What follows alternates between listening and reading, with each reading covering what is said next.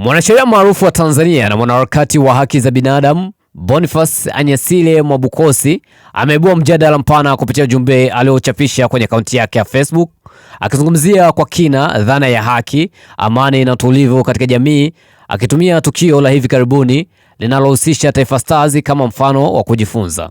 Katika ujumbe wake, Mwabukusi amesema kuwa tukio hilo limekuwa somo muhimu kwa Tanzania na jamii kwa ujumla kuhusu nafasi ya haki katika kulinda misingi ya amani. Ameeleza kuwa Taifa Stars wamenyimwa haki, hali ambayo imefanyika kwa madai ya kulinda amani na utulivu wa Morocco, jambo linalozua maswali makubwa kuhusu uwiano kati ya haki na amani katika maamuzi ya kimataifa, hususani kwenye michezo. Hapa Mungu ametupitisha sote katika kujifunza umuhimu wa haki katika jamii.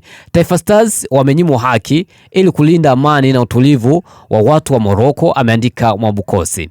Ameongeza kuwa licha ya uchungu na maumivu ya tukio hilo, yeye binafsi amelipokea kama somo gumu lakini muhimu ambalo limekuja kwa wakati mwafaka kwa jamii kujitafakari na kutathmini msimamo yake kuhusu haki.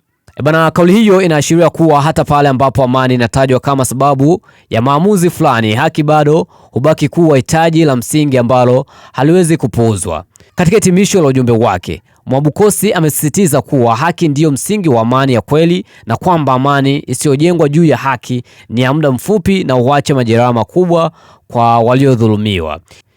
Kauli yake imepokelewa kwa mitazamo tofauti mtandaoni, huku wengi wakiona ni wito muhimu wa kutafakari namna haki inavyopaswa kupewa kipaumbele, si tu katika michezo bali pia katika masuala mapana ya kijamii na kitaifa. Mtazamo wako ni upe hapo chini, sema comment kulingana na hiki ambacho Mwabukusi amekiandika kupitia ukurasa wake wa Facebook. Dondosha hapo chini, sema comment muhimu sana. Mimi naitwa Mr. Baro, the King of all black men, and the world wide world, that's my name.